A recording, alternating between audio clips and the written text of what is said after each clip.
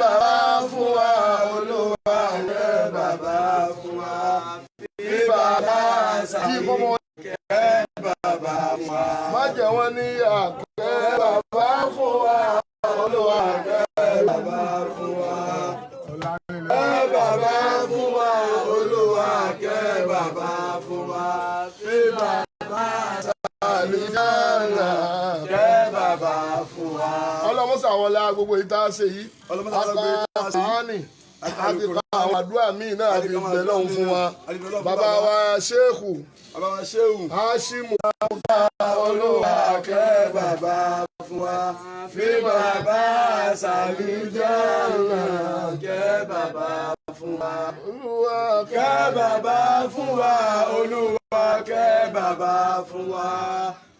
kẹ́ bàbá fún wa Olúwa kẹ́ bàbá fún wa fi bàbá ṣàlùjánnà kẹ́ bàbá fún wa. gbogbo eléyìí tá a fi ọlọmọsà máa mú ládẹ bá wa. bisimilayi kúlú àmà. bisimilayi kúlú aláwù. èyí tí ọwọ́ kù nísìn ni pé a bára wa sọ̀rọ̀ Ọlọ́run lórí ìjókòó tí a jókòó yìí. gẹ́gẹ́ bí a ṣe mọ̀ pé gbogbo nǹkan tí a bá fẹ́ ṣe tá a bá fẹ́ fi tì sọ́dọ̀ Ọlọ́run àbí tó bá fẹ́ jọ mọ́ pé a fi fira wa hàn pé mùsùlùmí ni wá àfi kó jẹ́ ntọ́lọ́run yọ́nú sí tánẹ́bùwà Muhammad sallam tó fẹsẹ̀ wa lẹ́nà. ìtẹ́jú bàbá ìkẹ́ òbí ẹni láyé ńgbà wọn wà láyé, owó tá a bá ní ká fi tọ́jú wọn, aṣọ la bá ní ká fi tọ́jú wọn, ìtẹríba ká fi tọ́jú wọn, ìwà àrẹ̀lẹ̀ ká fi tọ́jú wọn, ìmọ̀ gbọ́rọ̀ sí wọn lẹ́nu tí ẹ bá ṣe pé wọ́n ní ká yapọ̀ Ọlọ́run ká fi tọ́jú wọn, torí dùnú òbí ni kọ́ bọ́ ọmọ sọ̀rọ̀ kọ́ ọmọ náà gbọ́. bí wọn bá wá sí láyé má ìjọ ti tẹnu kọ̀ náà. bàbá wa Al-Qur'ani nínú Suratul Isra'i, Ọlọ́run ní a'udhu billahi minash shaitanir rajim bismillahir rahmanir rahim.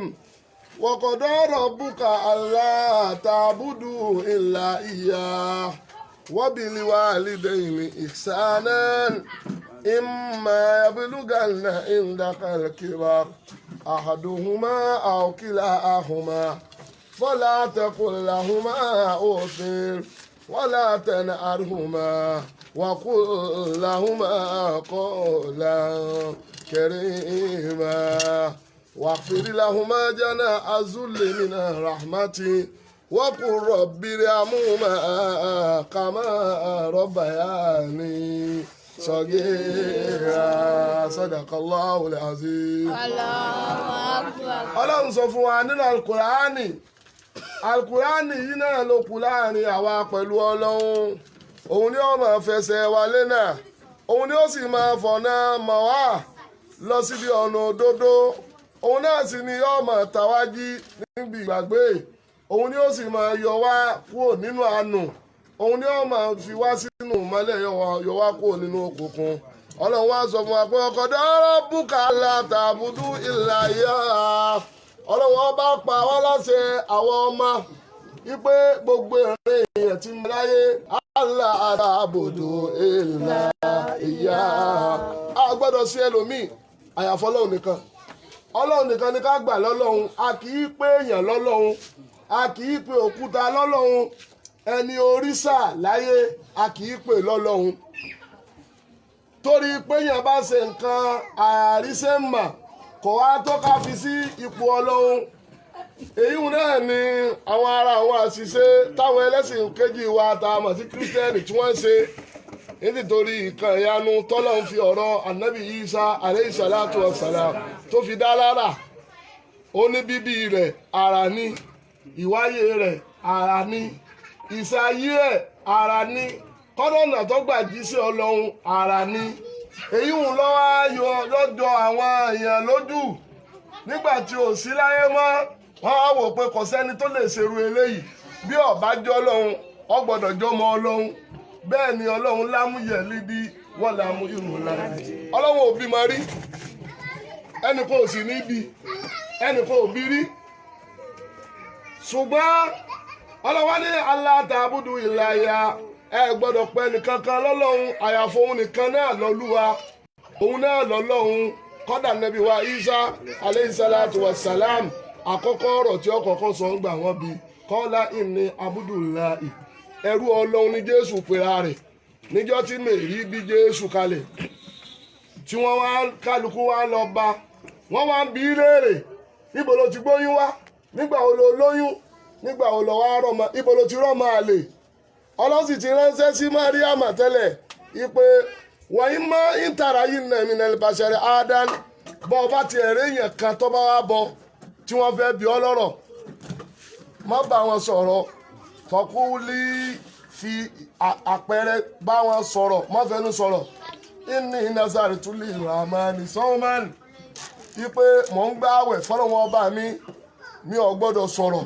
torí àwẹ̀ tá a máa ń gbà yẹn àwẹ̀ oríṣi méjì ni ọ̀tọ̀ ni àwẹ̀ májẹ̀mọ́mu àwẹ̀ kan náà nù ni àwẹ̀ má sọ̀rọ̀ wọ́n bẹ́ẹ̀ lómi sọ̀rọ̀ àyàfọ́ ọlọ́run òun làwẹ̀ kejì òun ni wọ́n máa ń pè pé ìyẹn wọlé àdúrà tó bá wọlé àdúrà kò ní bẹ́ẹ̀ èèyàn kankan sọ̀rọ̀ àárín rẹ̀ pẹ̀lú ọlọ́run nìkan ni wọ́n máa bá sọ̀rọ̀ ọlọ́run bá sọ fún Mèrí àyíṣà pé wọ́n yí máa ń tàrà yìí nàmìnà ìbàṣẹ́rẹ́ Ádámù bọ́ bá rẹ̀ nìkan tó bá wá bí ọ léèrè fọkúlì ní nazartuli rahman stauman sáà máa fàpẹrẹ sọ fún wọn pé mò ń gbààwẹ̀ mi ò lè sọ̀rọ̀ sí yàn wọ́n lánàá ó kà ń límọ̀ lèèyàn ọmọ ìsíyá lónìí o mo lè sọ̀rọ̀ lọ́la bọ̀ mi ní bẹ́yàn sọ̀rọ̀ lónìí. àwọn èèyàn bá wọ́n wá sọ fún pé ìwọ Màríàmà níbo ló ti rọ́mọ níbo ló ti róyún fáṣà àràtì ìléyìí Mèrí wá tọ́ka sí Jésù nílẹ̀ẹ́lẹ̀ ọmọ tá a ṣẹ̀ṣẹ̀ bí ọmọ tí ò tí ì ju wákàtí kan lọ wọ́n wá sọ fún Mèrí ipò wà Màríàmà ọ̀là ń bá sọ̀rọ̀ ọ̀dà wa lóhùn ọwá ní àmọ́ bọ́mọ ọmọ òpólù ọmọ tí ò tí ì pònú ẹ̀jẹ̀ ó ní àmọ́ bá sọ̀rọ̀ bọ́ọ̀ bá dá wa lóhùn kébànú káàdì mùmọ̀ nǹkan ní fílímàdì sọ bí ya bó o láti mọ bọ́mọ tó gbé sínú tẹ́ tí ò tí ì sọ̀rọ̀ bó o láfẹ́ máa bá sọ̀rọ̀ tó o bá sọ̀rọ̀ á gbọ́ létí Mèrí bá ńgbà tó ń nàka sí kọ́ọ̀là ní Abdullah ẹgbẹ́ náà tóbi jẹ́ máa. Allahu Akbar. ní Jésù bá sọ̀rọ̀ ó ní ní Abdullahi alẹ́rù ọlọ́run ni mí ẹ̀dá ọlọ́run ni mí ìní Abdullahi ẹlùjọ́sìn fọlọ́run ni mí átàlí àlìkítàbà kọ́dà bẹ́ẹ̀ ṣe ń wò mí yìí ọlọ́run ó fún mi ń tíra tẹ́mi lónìí kẹ́tì sí dàgbà wọ́jà àlàní nàbí yá oníkọ́dà gan ọlọ́run ṣe mí lábí yìí ànábì lọ́lọ́ ní ìmọ̀ gbúrò sí ọlọ́run ìmọ̀ bá màláìka sọ̀rọ̀ ọlọ́run ọmọ àrán màláìka sí mi wọ́jà àlàní mubaraka ní àyínà máa kuntu ọlọ́run tún ṣe mí lára àlùbáríkà gbogbo mi tí n bá dé ìbùkún ọlọ́run sì máa wọ bẹ̀. tá nàbí Isa aleyhi salatu wa salam tó bá rí àwọn ẹran tí wọn ò róúnjẹ jẹ tí gbogbo ẹ ti àṣẹ egun nígbà rẹ̀ tá nàbí Isa bá débẹ̀ ẹran tí ò lómi lọ́yẹ̀ yóò sì lómi lọ́yẹ̀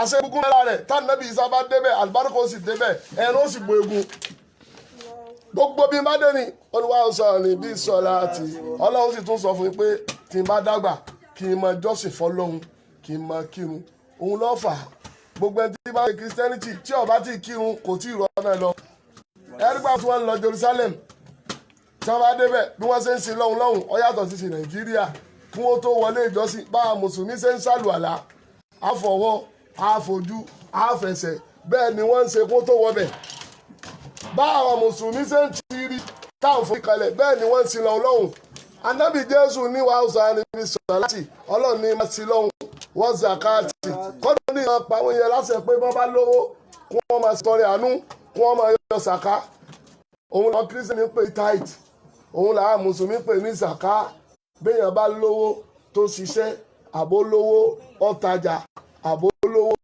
jogún ìyàwó tó ní ìjọba tí ń pọ́dún kan kọ́ máa yọ sàkẹ́ máa dùn mú tó àyà lókùn ìgbà tí ń bá ń bẹ láyé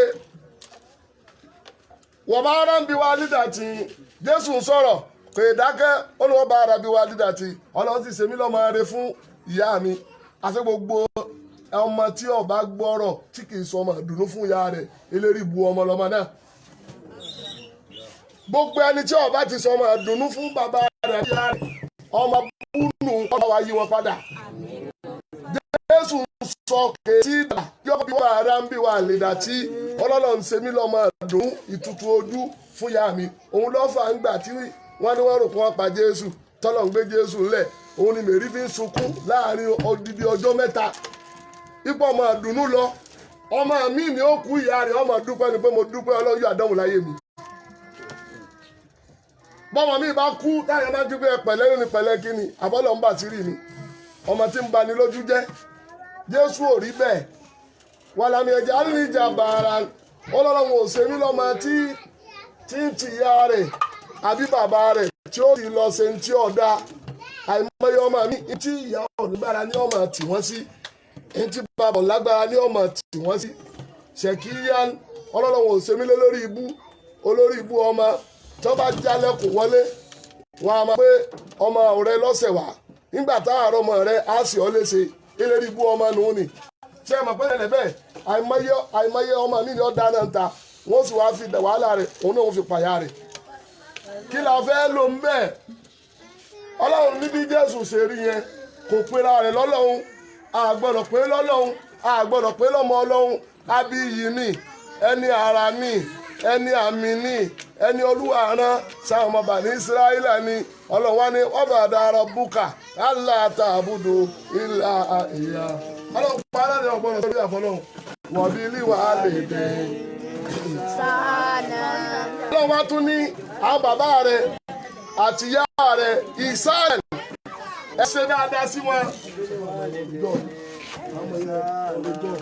wọ́n bí wọ́n lè dé ní ìsáàlẹ̀ Ọlọ́run wá ní àti ìyá rẹ̀ àti bàbá rẹ̀ ẹ máa ṣe dáadáa sí wọn nígbà tí bàbá ń bẹ láyé tó o bá tọ́jú wọn nígbà bàbá wa kú tán ọwọ́ ń jó ọwọ́ ń yọ̀ gbogbo tó ń pè ní ìsáàn gbogbo tí ọba máa múnú ìyá dùn tí ọba múnú bàbá rẹ̀ dùn ní ọmọ ṣe tó ọba lágbára o tó wá jẹ pé oúnjẹ kan ni bàbá rẹ̀ fẹ́ràn àbí ìyá rẹ̀ gbìyànjú ó fún wọn láyé bàbá mi ní máa ń sọ̀rọ̀ kan mo ní aránsẹ́ Abrahamu radiyallahu ta'ala bàbá ìmáàmù tá a bá pé balógun Ọlọ́run tẹ́ bá lọ àmọ̀tẹ́ sáà àmọ̀sàdúrà fún bàbá òní tí mọ̀ ọ̀hún ìmọ̀ ṣe rí jẹ́ńjẹ́ dòdò kí n gbádùn bí yìí náà kí inú mi ó dùn sí ọ kí n kọ́kọ́ jẹ tí ń jẹ bí yìí náà.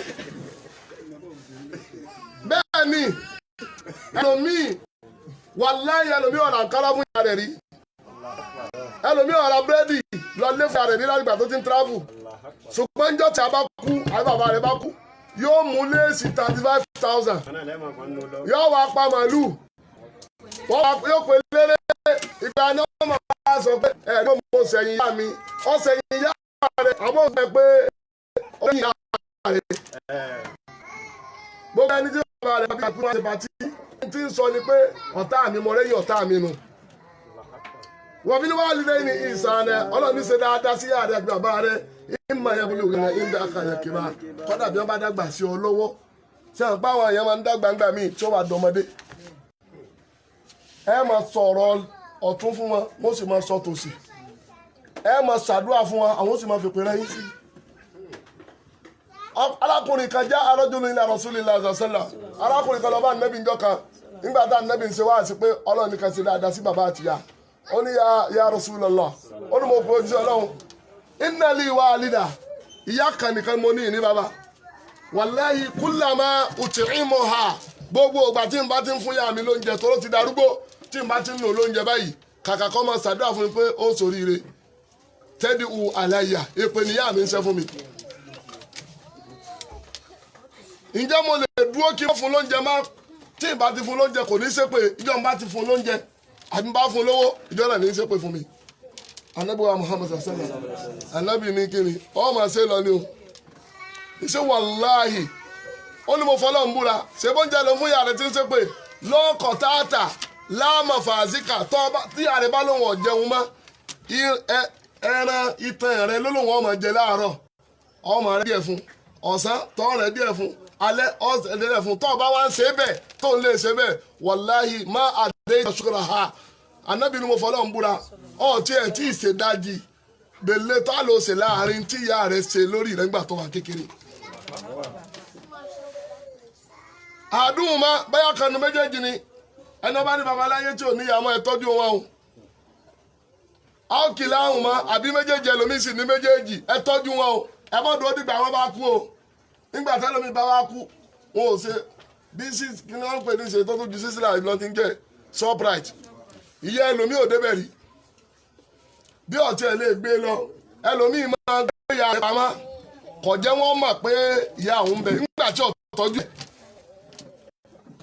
ẹlòmíì ọ̀rá chíkì fún ìyá rẹ̀ rí kọjẹ rí nígbà ìyá bá wá kú yọ wá pẹ́ bí yọ para yọ mọ̀ wá má sọ yóò pe oléré wọ́n máa pa màlúù ẹ jẹ́ wá sọ fún yín bẹ́ẹ̀ bá mọ̀ gbogbo ẹni tí ó bá tọ́jú bàbá tí ó tọ́jú ìyá tó fi kú tó bá wá kú tán tí wọ́n wá ń ṣe patí ẹlẹ́fẹ́ sókú ìyá ẹ̀ ń má sọ ẹ̀ ń sòkú bàbá ẹ̀ ń ṣe patí ẹ̀ ń pelére ẹ̀ ń wá ra màlúù ẹ̀ ń gbà gbèsè ìyá ọmọ sọ fún mi pé láwọn lè fi yànnà ká bá dàlí mọ́ ti tẹ́ ń dààmú ni wọ́n fi àyà tìyàmá záwádìí ní sáadé wọ́n fi àyà tìyàmá záwádìí ní sáadé.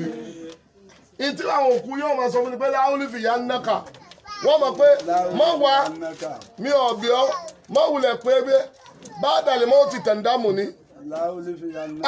nígbà mo wá kú tán lọ wá ń pẹgbẹ́ mo kú tán lọ ń má sọ mo kú tán ọ̀ ń pa màlúù mo kú tán ọ̀ wá ń pe patí onu wọn máa wá yọ̀ lérí mi.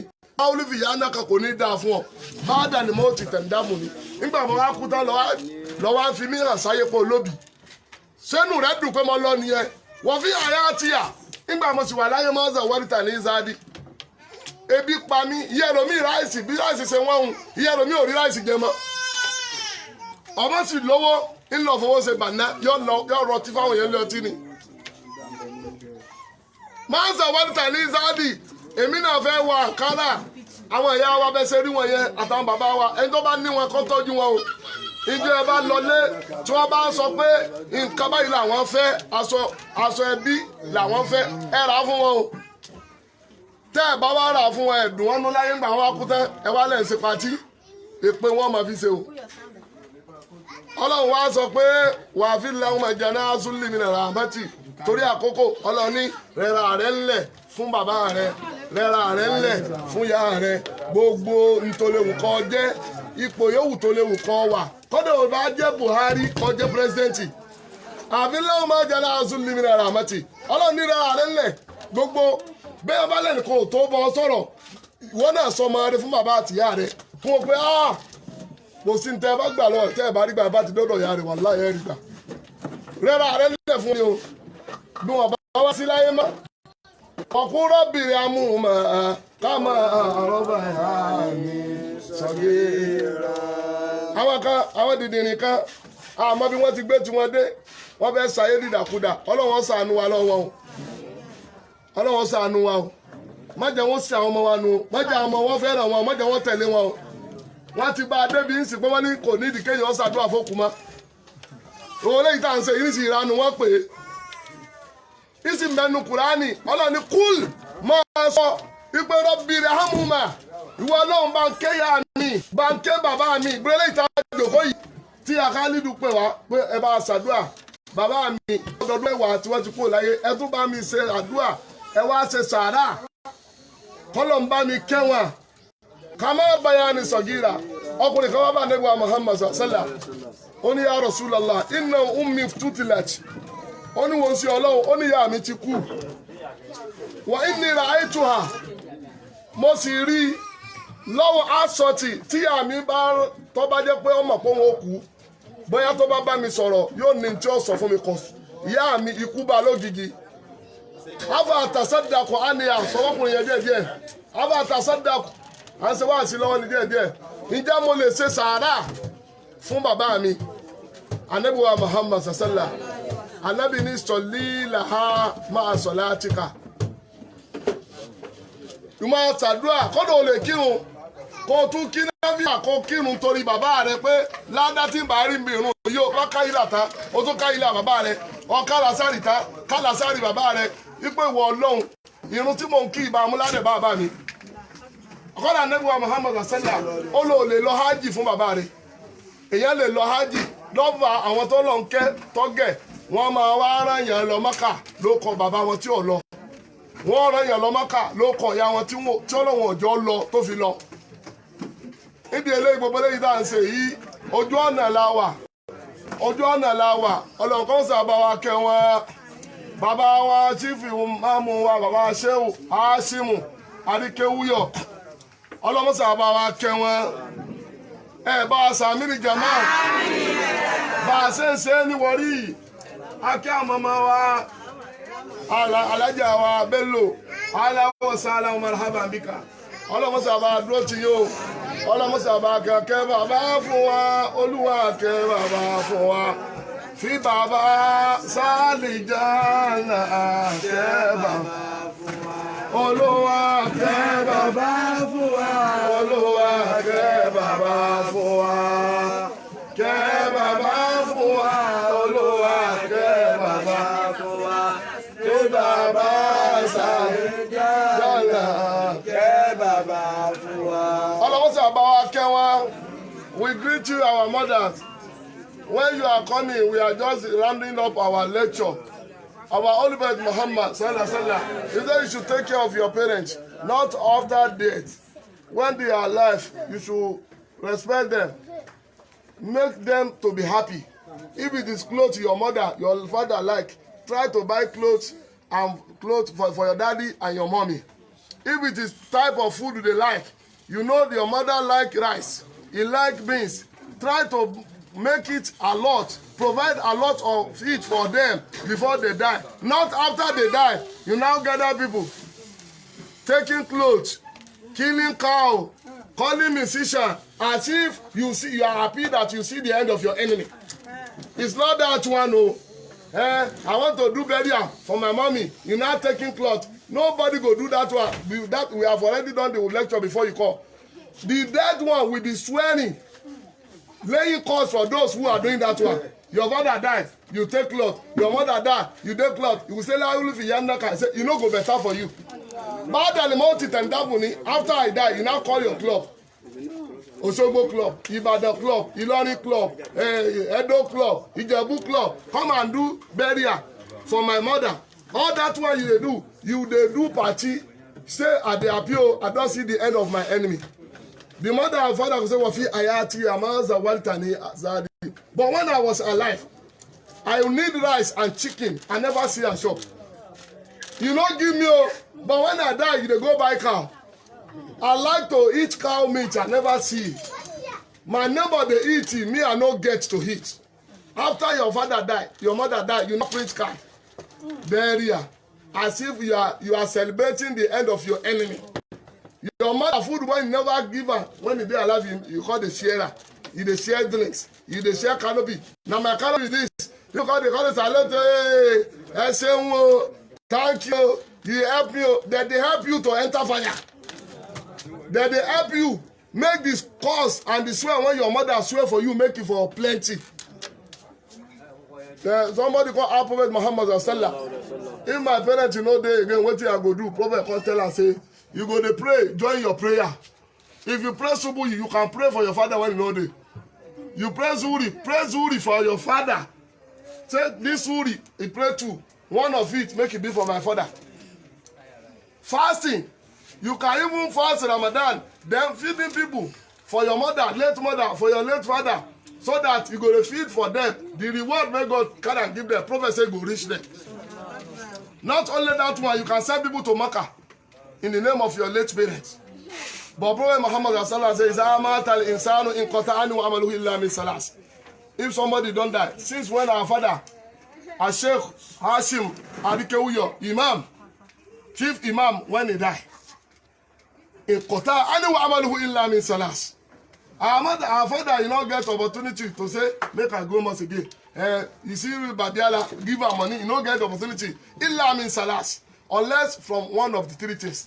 What is the three things when you go reach her? Sadaqatin Jariya. Continuous sadaqah. You can do bench in madrasa. You can buy Quran in the madrasa. You can buy book for madrasa. You can build mosque in the name of your father. You can do borehole for people to benefit not only in the mosque. You can do the borehole in your area. Anytime they are making use of it, the reward will meet with your father. Number two, Our ilmu yuntafa'u bihi. The knowledge that somebody have taught somebody before he died. That is what brought this prayer. Not the children that think that we want to do 10 years prayer for our father. Now this madrasa students, al-Mahdi, those when our father teach, our sheikh, imam, when he teach, the student can't put their head together and say, even though you children, you know one do. We the students, when your father taught us, and when he taught us with the benefit, we want to do the prayer and sadaqah for our malam that complete 10 years after being the man. Now he make the children, those who they do, those who they do. See when they were here, they also they do. Number 3, our wedding solling yet ulau. Good child when the dead deceased one leave behind. Now maybe our Ajia Sharifa, Mama Khalid. That is why she organized this prayer. Let me invite you, come and join me to pray to Allah, to increase my father in Rahama, to bless my father. If my father is already in the blessing, may Allah increase the blessing. If he's in punishment, may Allah remove him from the punishment. That is why he called us. He are giving us money, we are praying, doing sadaqah, sharing sadaqah, says money. May Allah do the sake of that one. May Allah have mercy on our father. Amen. May Almighty Allah forgive our father. Amen. Our Sheikh Imamu Hashim Adikewuyo Al-Ilori. May Almighty Allah forgive her. Amen. May Almighty Allah forgive her. Allahu yarhamuhu. Allahu yukrimuhu. Allahu yab'asuhu fi ahsani suwari. Allahu yarhamuhu. Allahu yukrimuhu. Allahu yab'asuhu fi ahsani suwari. Ọlọ́run bá wa gẹ́ bàbá. Ọlọ́run bá wa gẹ́ bàbá. Ọlọ́run bá wa tẹ̀ bàbá sínú afẹ́fẹ́ rẹ̀. Allahu yarhamuhu. Allahu yukrimuhu. Allahu yab'asuhu fi ahsani. This life will